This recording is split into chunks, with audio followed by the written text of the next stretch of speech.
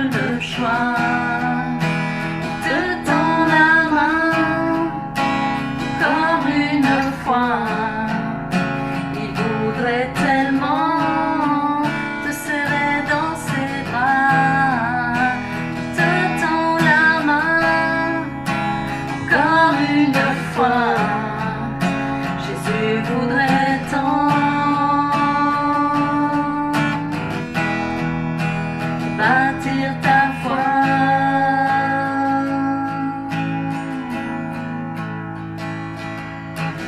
Si tu as rejeté cette tendre voix qui ne cessait d'appeler,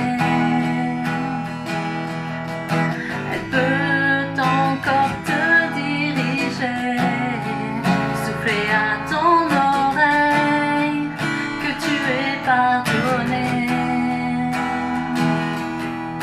Ne t'inquiète pas pour demain, Dieu détient la clé de ton destin. Laisse-le déployer sa grandeur et remplir d'amour le vide de ton cœur. Te tend la main comme une fois, t'ouvre le chemin, te laisse le choix. Te tend la main encore une fois. Il voudrait tellement te serrer dans ses bras. Te tend la main encore une fois. Jésus voudrait tant bâtir ta foi.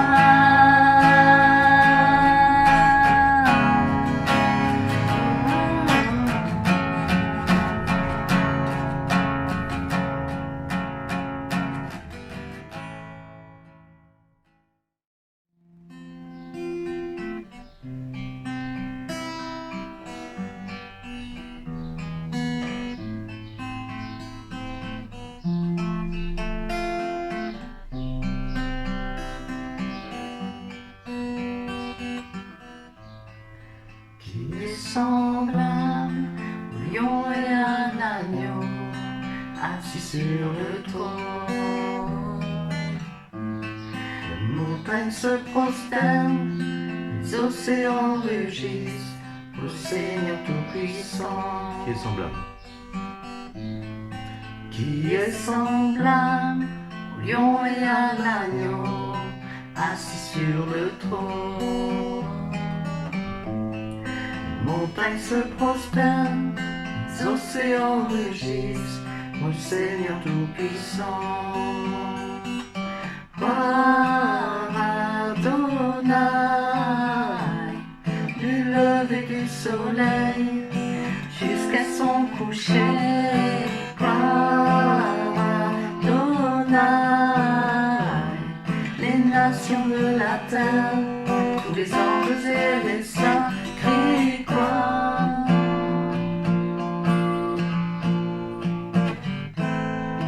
Qui est semblable au lion et à l'agneau assis sur le trône.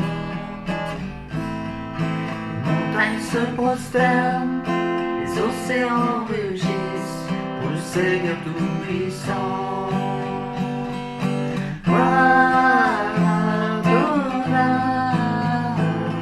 Du lever du soleil jusqu'à son coucher. Par Adonai, les nations de la terre, tous les anges et les saints crient gloire à Adonai. Du lever du soleil jusqu'à son coucher. Gloire à Adonai, les nations de la terre, les anges et les saints crient gloire.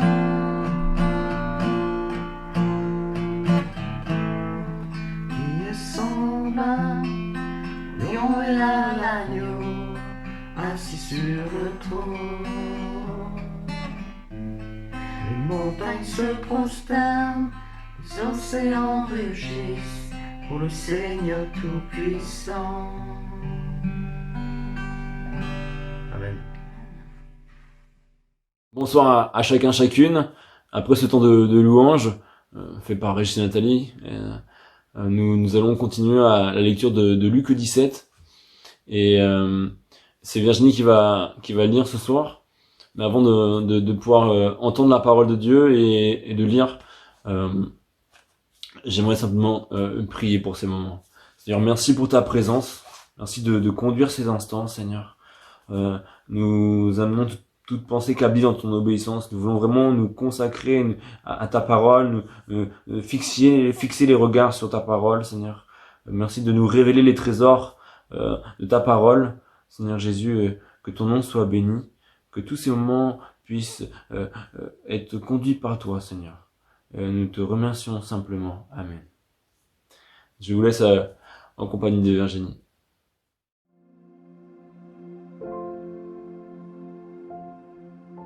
Luc, chapitre 17.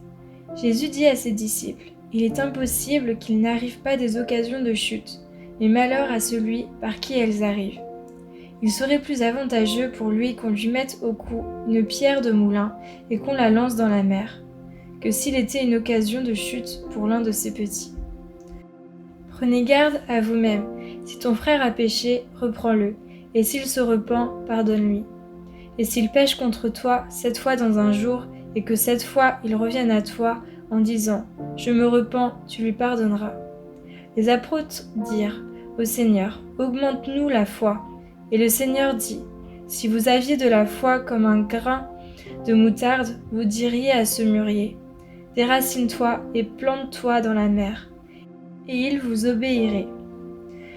Qui de vous, s'il a un serviteur qui laboure ou fait paître les troupeaux, lui dira, quand il revient des champs, viens tout de suite te mettre à table.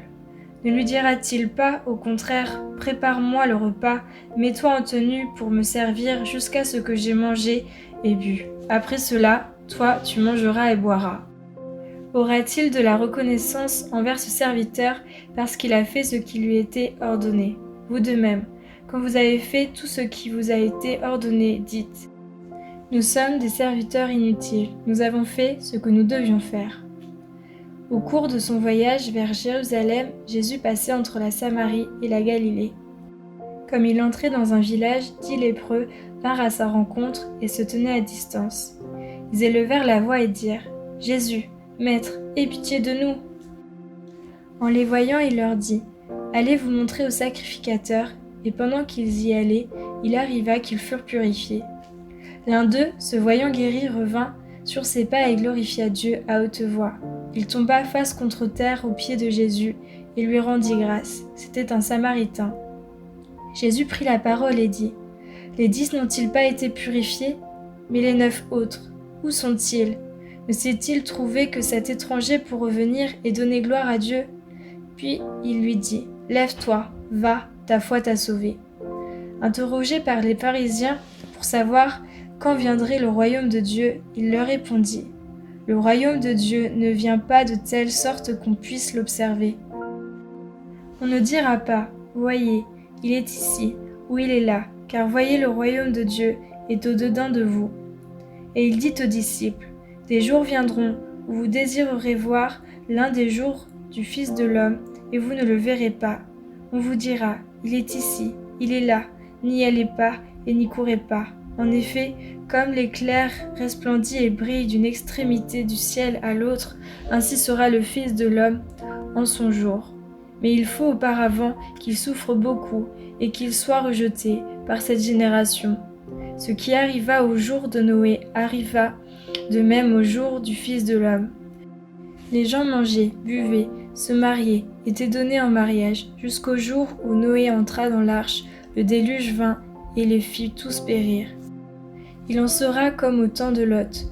Les gens mangeaient, buvaient, achetaient, vendaient, plantaient, bâtissaient.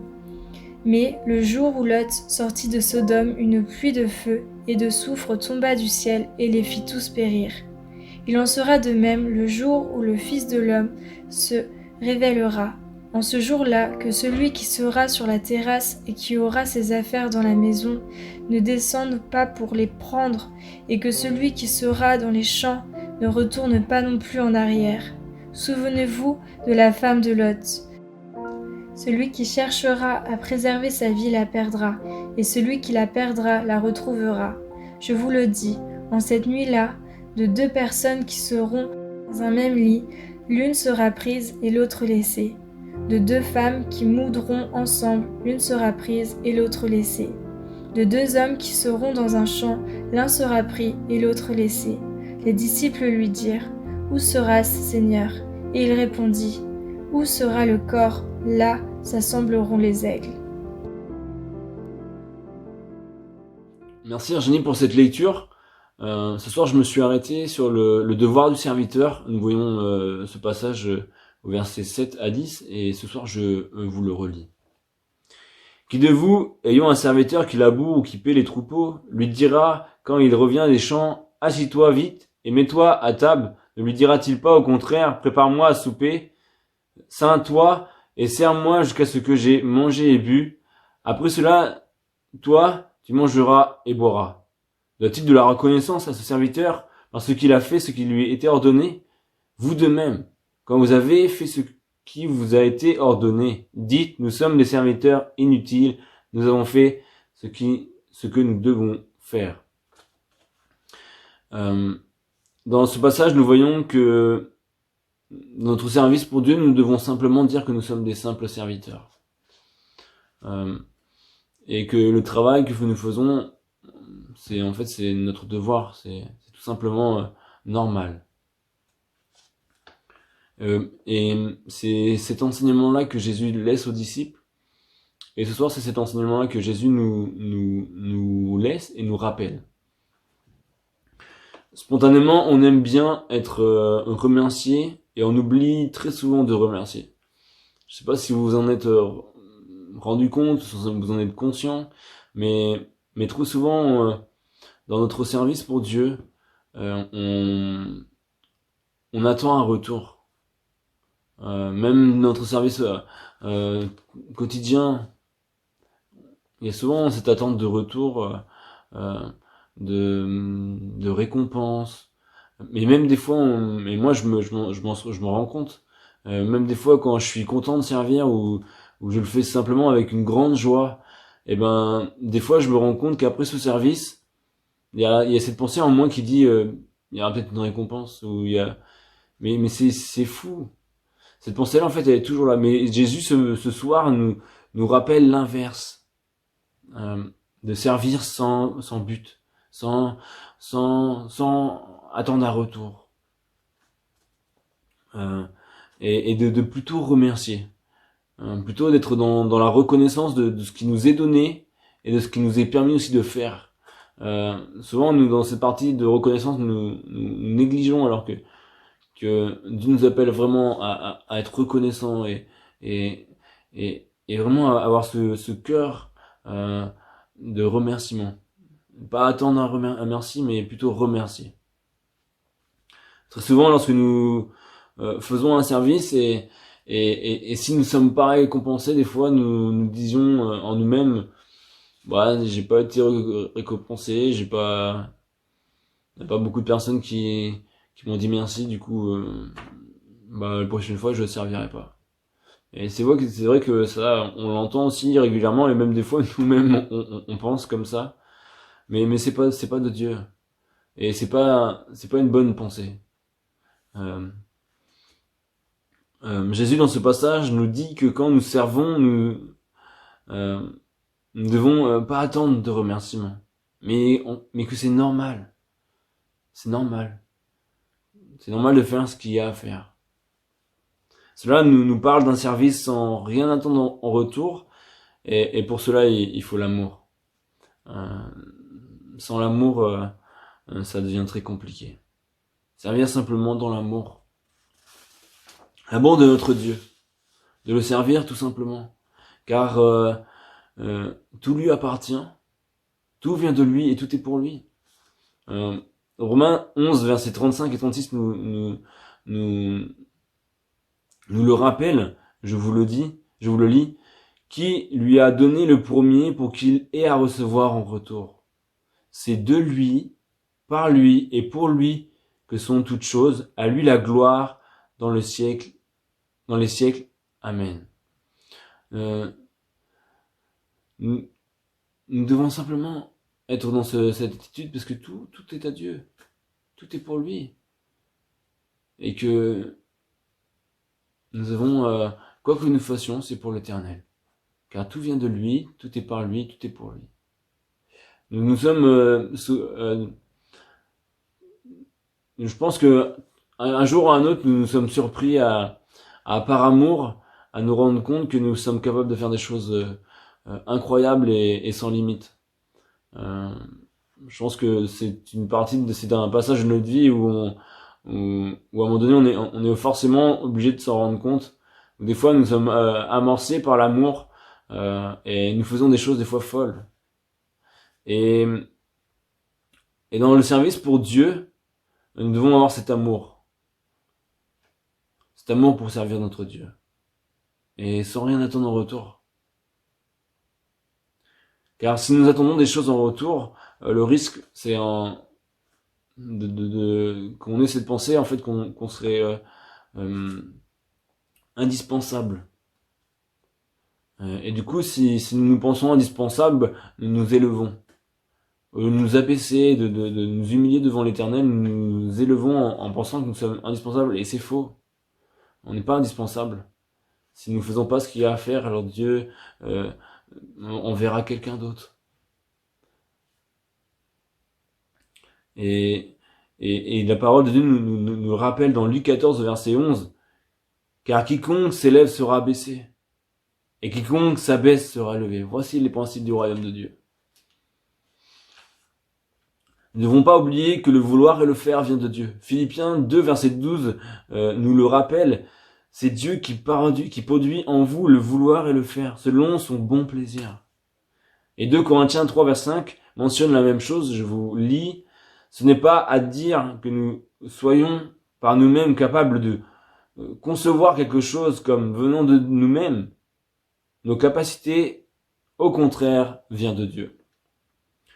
Tout ce que nous sommes et nos capacités viennent de Dieu. Nous devons remercier le Seigneur pour cela. Car tout vient de lui. Être reconnaissant et non attendre de remerciements pour ce que l'on fait. Et prendre du temps pour remercier ouvre une joie plus grande. Car nous sommes tous conscients et si on n'en est pas conscient, je vous le dis ce soir, mais que notre travail pour Dieu est un travail éternel. Alors que un travail pour nous-mêmes est passager. Nous savons très bien et que quand nous partirons, quand nous allons mourir, nous emmènerons rien avec nous. Sur ce que nous récoltons ici-bas, nous emmènerons rien avec nous. Et que pour notre travail éternel, alors pour notre travail pour Dieu, alors oui, c'est un travail éternel, a une valeur éternelle. Vivre sa foi peut commencer par un simple merci, être reconnaissant. La parole nous parle aussi de faire ce que notre main trouve à faire. Ecclésiaste 9, verset 10 nous le dit. Tout ce que ta main trouve à faire avec ta force, fais-le, car il n'y a ni œuvre, ni pensée, ni science, ni sagesse dans le séjour des morts où tu vas. Le temps de travailler, de servir, c'est ici-bas. Tout ce que ta main trouve à faire, fais-le. Et je t'encourage que tout ce que ta main trouve à faire, fais-le avec ta force. Avec la force que l'Éternel nous donne, nous devons faire ce que notre main trouve à faire.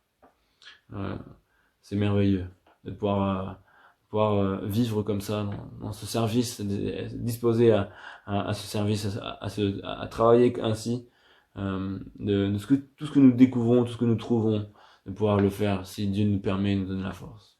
La parole de Dieu nous parle d'être serviteurs les uns des autres. Galates 5, verset 13, je vous le lis. Frères, vous avez été appelés à la liberté, seulement ne faites pas de cette liberté un prétexte de vivre selon la chair, mais rendez-vous par la charité serviteurs les uns des autres. Il nous est rappelé d'être par l'amour serviteurs. Et c'est vrai que sans l'amour, c'est compliqué, serviteurs les uns des autres. Sans l'amour de servir les autres, c'est compliqué. Ou alors il y a un intérêt. Mais souvent nous sommes plutôt euh, tentés de nous servir nous, et ça c'est très facile, mais servir les autres c'est plus compliqué sans l'amour. Il y a besoin de cet amour. Sans l'amour, ça devient très vite un calvaire. Et au niveau du temps, ça va pas loin. Souvent, ça avorte très vite. Vivre selon la chair nous entraîne plutôt à travailler pour nous-mêmes que pour les autres. Ça, je pense que chacun en est conscient.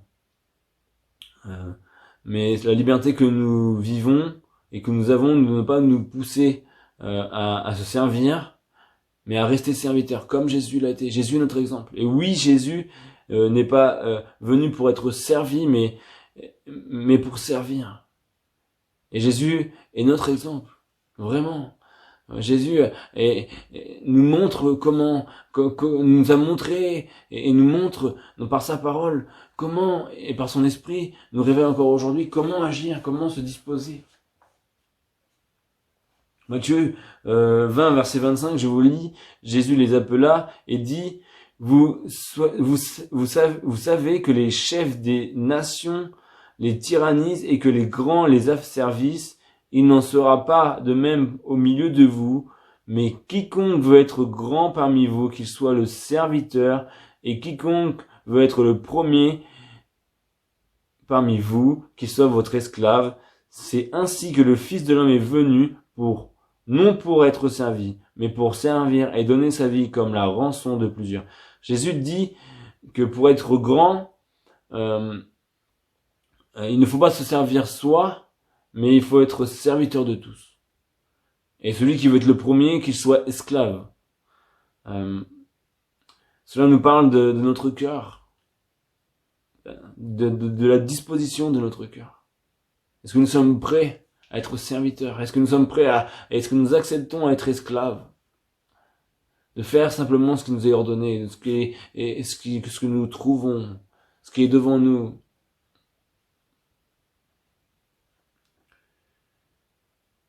Il a donné sa vie, Jésus est notre exemple, il a donné sa vie sans rien en retour.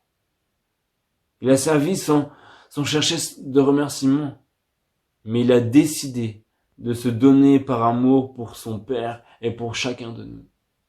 Est-ce que nous, par amour, nous sommes aussi disposés à se donner pour nos bien-aimés, les personnes autour de nous? Il semble surprenant d'agir en serviteur sans rien attendre en retour. Surtout dans cette génération, dans cette vie que nous menons tout autour de nous, tout est fait pour recevoir, pour monter en grade. Tout ce qui est fait souvent, c'est qu'il y a un but précis. Et ce que Jésus nous dit, c'est très surprenant. Mais par amour, c'est ce que Jésus a fait. Nous sommes sauvés pour servir. Nous sommes sauvés pour servir. J'ai ce bracelet où il est marqué sauvé pour servir. Vous voyez sûrement peut-être à l'envers. Mais ce bracelet, on l'avait eu un regroupement chrétien. C'était le pass du week-end. Et je l'ai gardé et ça a été un révélateur aussi pour moi. Et si vous montez en voiture avec moi, vous verrez, il est sur mon levier de vitesse. Mais nous sommes sauvés pour servir. Comme ce bracelet nous le dit, et c'est une vérité.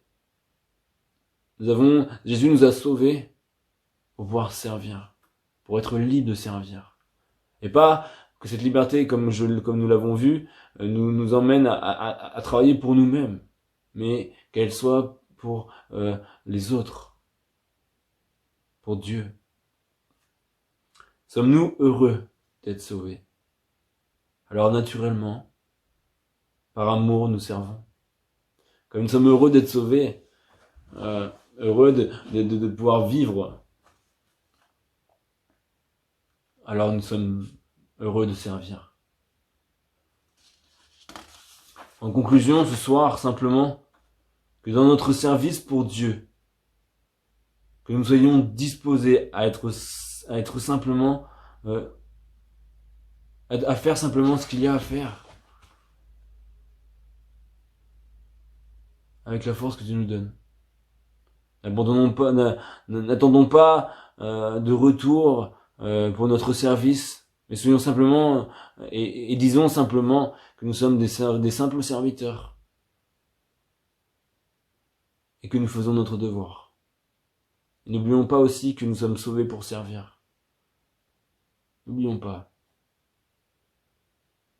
C'est merveilleux ce que Jésus a fait pour chacun de nous. Il nous a sauvés. Il nous a sorti de la boue du péché. Que quand nous sommes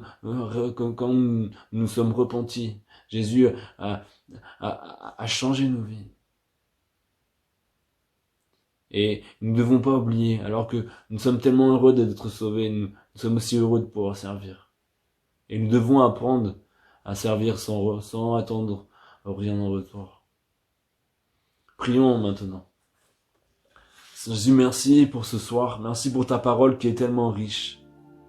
Seigneur, merci pour ce thème ce soir qui est court mais qui est essentiel. Nous avons tellement besoin d'apprendre à servir sans attendre rien en retour.